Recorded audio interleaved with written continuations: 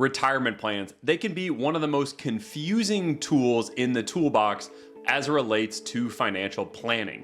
Well, today we are going to demystify retirement plans and we are going to break down the common retirement plans and the features that you should be thinking about. If we hadn't had a chance to meet, my name is Luke Turner. I'm the co-founder of Moment Private Wealth. We help athletes and entrepreneurs make smarter financial decisions. Again, in today's video, we're going to be talking about retirement plans, and specifically, we're going to look at three types of retirement plans. The first we're going to talk about are going to be 401ks. The next is going to be IRAs, and then a solo 401k, which is a plan that is exclusive for business owners. So if you own a business, you might want to skip directly to that third component, which is the solo 401k. If you want to jump around in the video, there's going to be timestamps down below. Feel free to do that. Let's go ahead and dive into our first topic. Our first plan that we're going to talk about is the 401k plan. So with a 401k plan, there's typically two different types of 401ks. There's a traditional 401k and a Roth 401k. But first, what is a 401k and when can you contribute to it? So a 401k is simply an employer-sponsored plan. So in the tax code, the 401k component is the rules and regulations around a company sponsoring your retirement plan. And they do that through a 401k typically. So what are the two different options that are typically available? One is going to be a traditional 401k, where if you put money in, you're going to get a tax deferral today. That money is going to grow tax deferred, and then it's going to come out and you're going to pay ordinary income taxes on it. On the flip side, we have the Roth 401k. With a Roth 401k, when you put money into a Roth 401k, you're not going to get any tax benefit.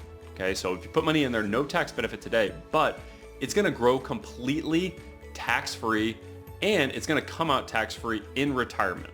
So when we say money's going to come out in retirement, let's make sure we understand when can we actually pull money out of these 401ks.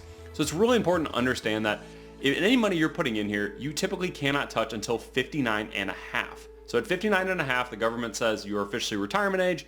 Now you can take money out of the 401ks. But if you take money out prior to 59 and a half, we have a big problem. You're now going to be in a situation where that money is going to get taxed at ordinary income rates, plus the IRS is going to slap you with a 10% penalty, which is something to be really mindful of, because we don't want to put too much money or overfund these 401ks with money that we need for our life today. It's one of the biggest mistakes I see people miss. The next piece is how much can you actually put into these accounts? Okay, so for a 401k, you can put in $23,500 as of 2025. And if you're over the age of 50, the IRS allows you to actually put more money in, an additional $7,500. So to summarize that, if you're under 50, you can put in $23,500. If you're over 50, you can put in $31,000 total. And this can be a great tax planning tool because, as I mentioned, with those traditional 401ks, you get a tax deduction. So if you put $31,000 in, the government is going to reduce your taxable income by $31,000, potentially saving you $10,000 in taxes. So be really mindful of that when we're thinking about 401ks.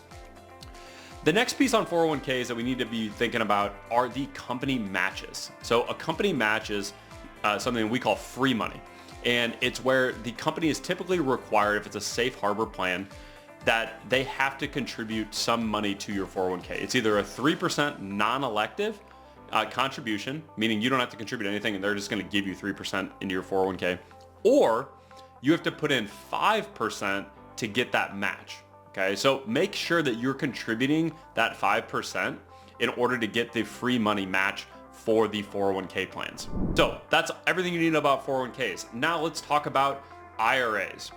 So IRA just stands for individual retirement account. And there's two different types of individual retirement accounts. There are traditional IRAs and Roth IRAs. Traditional IRA, if you put money in, you're going to get a tax deduction today. Money's going to grow tax deferred, and then it's going to come out and you're going to pay ordinary income taxes on it. Similar to a 401k, we have limits we need to be mindful of. We cannot take money out until 59 and a half, just like those 401k dollars. So we don't want to put money in there that we potentially might need. But it can be a good tax planning tool if you want to try to reduce your taxes. On the flip side, the Roth IRA is an awesome planning tool for those of us that are trying to get more money into what we call our tax-free bucket.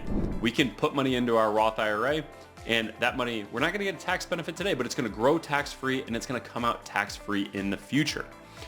But there's a big caveat to Roth IRAs that doesn't apply to Roth 401ks. So Roth IRAs, they have an income limit. So in 2025, if you are married, if you make over $246,000, you cannot contribute directly to a Roth IRA. But there is a tax loophole to get around this called a backdoor Roth contribution. If you have no money in an IRA, a traditional IRA, what you can do is you can actually put money into your IRA and then you can immediately convert it to your Roth IRA and you can get around that income threshold. So look up that backdoor Roth IRA if you have questions around it, because it's something that you need to be really mindful of, and make sure that you're not contributing directly to that Roth IRA if you're over that income threshold. Now, last thing here is how much can you contribute? So in an IRA and a Roth IRA, you can contribute $7,000 in 2025, plus you can contribute an additional $1,000 if you're over the age of 50. Doesn't seem like a lot of money, but if you're younger especially, this can add up really fast if we're getting $7,000, $8,000 into these accounts every single year. It just allows you to start compounding that wealth sooner and sooner and sooner. So that is the IRA. Now, the last retirement account, the one that's specific to business owners, is this solo 401k. Solo 401k can be a great planning tool, and let me tell you why. Very similar to a traditional 401k or a Roth 401k, a solo 401k are for those small businesses that don't have any W-2 employees. So if you're running a business and you're the only employee of that business, you can open up what's called a solo 401k. And the reason why this is so powerful is that safe harbor word that I used for traditional 401ks and Roth 401ks, we can throw that out the window and we can do something in a solo 401k that allows us to put in $70,000 of tax deferred growth in that account in 1 year. So if you don't have any employees, something to be really mindful of, because you can contribute the $23,500 as the employee, and then you can contribute the remainder as the employer, getting your total contribution up to $70,000 in 2025. So great way to both defer taxes or do what's called a mega backdoor contribution, which is you can get $70,000 into that that solo Roth 401k in 1 year. So if you don't have any W-2 employees, solo 401k is 100% something that you should be looking at as a business owner. So to recap, we have just broken down the guide to everything related to retirement accounts.